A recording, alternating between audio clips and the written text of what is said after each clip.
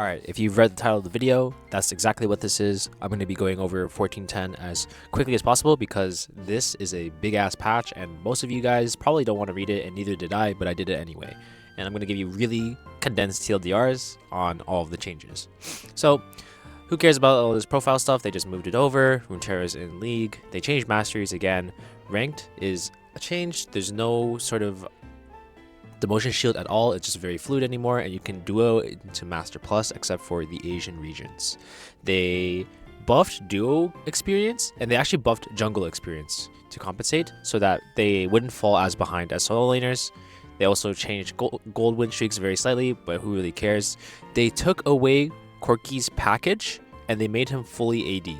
So basically, he doesn't really have as much magic damage anymore. He's not mainly magic, he's mostly AD. He does not have package anymore, which is actually pretty healthy for the game. And they shifted some of his power to some of his core abilities, and they nerfed Missile Barrage from 7 to 4 charges, and they just make it scale with crit chance. Although nothing else in this kit scales with crit chance, so therefore he's probably not going to really build it. The builds are probably going to be like Triforce and Shojin and things like that. But the point is to make him more of an AD carry, and they gave him some base stats to compensate. They increased damage for jungle for the 2 jungle Cho'Gath players on the server. Small buff to K'Sante. Small buff to jungle set. They gave some buffs to Skarner. I'm not gonna go over it too much because it just means the main thing is just that he got increased turret damage. They adjusted Tryndamere for the crit changes. They added some sort of power back for lane Viego. Yasuo and Yone also got adjusted for the crit changes. Corrupting Potion is nuked. A lot of other things are nuked in the game this patch, so keep that in mind. They changed Dawncore. No one was buying it, so they wanted to make it like a wet dream for enchanters. So it just gives a bunch of AP and heal and shield power now. They don't really care about the summoner spell haste that it gave. It's kind of a weird item anyway, so yeah. They made Echoes of Hylia easier to stack, so it's not as risky for enchanters to proc it. They nerfed Shurelya's a little bit. Anathema's is getting nerfed. Getting removed, so it's gone. If you didn't build it, we will never get to build it. Warmog's got a big buff with just the HP. Now it gets 1k flat, and it also contributes to its own passive. The extra regen out of combat, and so it makes it a lot easier to build. So ADCs can build it now, probably. Fimbulwinter got buffed as well. They also added ability haste to the Bambi Cinder line in exchange for nerfing the HP. Arguably, this is a nerf because all the charm of it, like you look at Sunfire Aegis, it gives so little HP now, and I think they gave up too much HP in exchange for just 10 haste. They nerfed Randuin's pretty much in order to make room for building both. They were concerned about building Randuin's and Frozen Heart, but they just nerfed Randuin's in exchange. They took away the passive where you take less damage from your autos. Unending Despair got its frequency increase in exchange for Ingenious Hunter getting removed. Abyssal Mask, I believe, is getting reworked to a armor pen item, just straight up. Magic pen item. Knight's Vow, they flattened out the absorption that you have, so you're going to always absorb the same amount of damage, and it also is affected by armor and MR at this point. Zeke's, not much has changed. Banshee's unchanged. They just made it. There's a new burn item, so Demonic Embrace is gone. This is a flat sort of Liandry's item, so it's a lost chapter item. It's basically flat Liandry's, so it does burn damage based on ability damage. And you get percentage AP depending on every champion that you hit as well.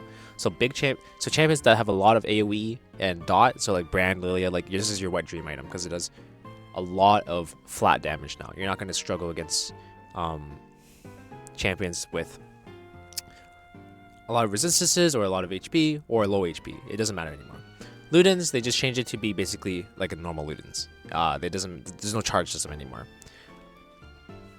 That's the same thing. They changed all this is the same. They added Overlord's Bloodmail. I believe it was from Arena, but they put it into the actual game and they changed some of the itemization as well. And it's basically for bruisers. It gives extra AD based on your missing health, and it's a bruiser item. So it's going to be pretty solid. It's more of a stat stick compared to things like Shojin and Black Cleaver. It doesn't give anything else to it, and it's basically Asterix for all intents and purposes. They nerfed Bork a little bit, but they added a lot of stats to it. So Bork gives 55 AD now, which is really high, to be honest with you, now that I'm thinking about it. And So it gives 55 AD, and they also nerfed the percentage damage on it a little bit in exchange, and they moved the movement speed passive to 3 hits once again.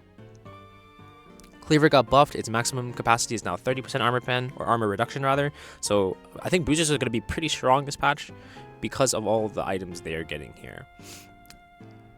Plate steel caps got, I believe they made them cheaper, increased the armor, but they nerfed that basic attack reduction, which is probably a healthier change considering how broken this is with a lot of hidden power.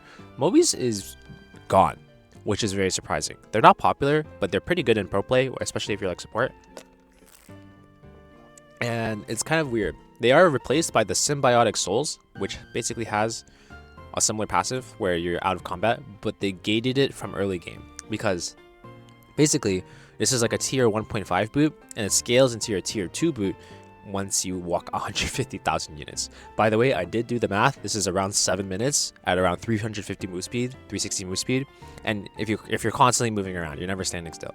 So it's gonna take around 6 to 8 minutes from the moment you buy them to the purpose of to the point of actually upgrading them. If you're a champion that has movement speed buffs, this is obviously going to be reduced. Let's say you're Hecarim or Rammus, or Quinn. Like Quinn, you're going to proc this instantly, you know. So if you go jungle Quinn, you know, it's going to be pretty fast. Bloodthirster is no longer a crit item anymore. They took the crit off of it, and it has overheal now. And by the way, overheal is gone.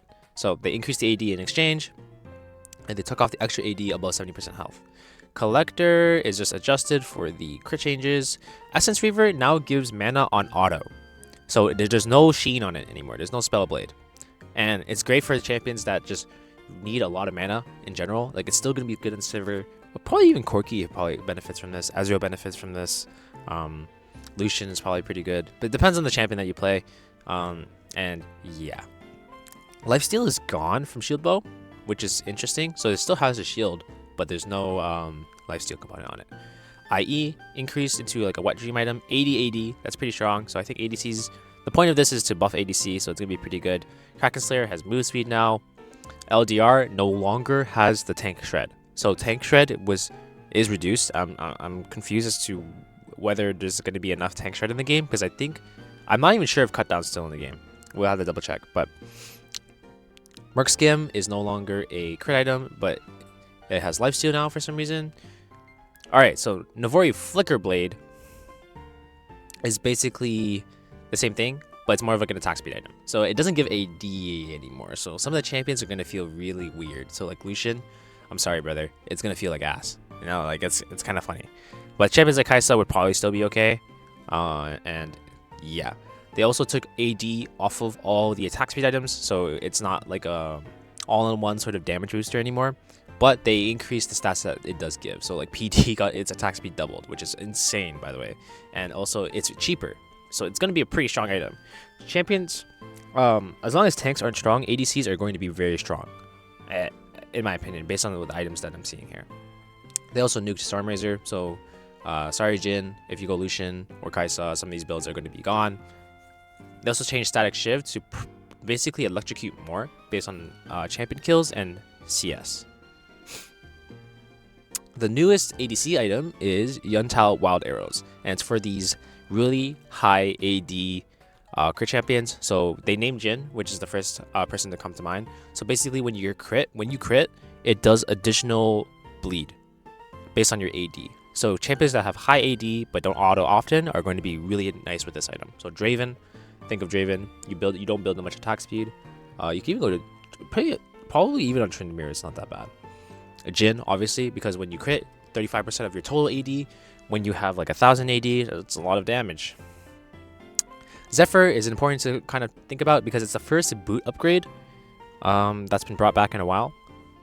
It's like a ADC's wet dream in terms of it's a 3000 gold boot, and basically it's a zeal item effectively, right? No, sorry, it's not a zeal item. It's more like a zeal item without the crit because it gives a bunch of move speed and attack speed. And I think this tooltip was misplaced because I can't even decipher what this necessarily means. I don't know what the conditions are to practice bonus move speed, but I will assume that it's not that hard. So there's a new item called Scout's Slingshot. This is interesting because it's basically recurve bow, but a little bit different. And I believe it's built into a few items. They nerfed Ghost, so it was way too strong. It used to be 15 seconds, which is insane. They nerfed the cooldown, so it's a flat 4 minutes now, by the way. And it's also only lasting 10 seconds. They also nerf Cleanse, but they buff the tenacity it gives. However, do keep in mind that no matter how much tenacity you build, your minimum CC duration on any CC is 0.5 seconds. So, does this have a significant change? I would say no, because it's probably just a nerf to Cleanse. Exhaust, also 4 minutes. Crazy. They buffed Barrier a lot, in my opinion. So the 0.5 seconds, there might be some situations where you trade really heavy and go Barrier. Like if you think about like players like Carrier that they go for it, it's more efficient than heal if you use the whole shield. So that's something to keep in mind. Predator, gone. They nerfed Halo Blades on range champions. Sorry, Callista. Sorry, Hob Varus, things like that. It's gone. It's still probably viable, but not as strong as it used to be. They nerfed Sudden Impact. Well, not nerfed. They changed Sudden Impact to be more in line with the Cheap Shot because it just does true damage if you use a dash or stealth. Arguably, it's stronger. They nerfed Relentless Hunter so that it has no base movement speed anymore. That was pretty strong out of all the Hunter runes because it would give an immediate stat. 5 move speed out of combat does not sound significant, but it does add up to a lot. Lethal is gone, but they added power to PTA because you overall deal 8% more damage, so that the damage source becomes you instead of the target, which is important because that overall increases your damage output if you're an AoE champion. So a lot of ADCs are going to benefit from this. However, the Wet Dream ADCs that get a lot of attack speed, like Jinx or Kog'Maw, they're not going to benefit from this anymore, and they like insane range. So actually, while ADC does more damage, inherently you will probably take more risks in team fights, which is probably what they want. Overheal is gone as well. There's a new sustain option with in the precision tree, so you can go a lot of sustain, even more sustain than before with certain champions. So like you might be thinking of ADCs that go Conqueror or top laners. They naturally brought in more sustain into the game, and you have to be really careful, especially from the rune tree.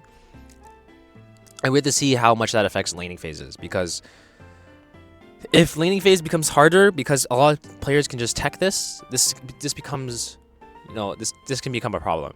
And a lot of this can circumvent the need for even building lifesteal on certain champions. Legend Tenacity is gone, but it's been replaced by the Legend Haste, which is kind of cool. I think it increases the power of Mercs because a lot of champions, they just ignore Merc shreds and then they just go Legend Tenacity, which is not that fun. I think this is a more healthy way to approach it. Cutdown also got reduced, so I think tanks are going to get more of a Wet Dream sort of option. Like I mentioned, ADCs are not going to be the source of percent damage most of the time anymore, unless you're picking a champion that specifically can do that. It's going to be a lot from the AP tree, so that's something to keep in mind when affecting drafts.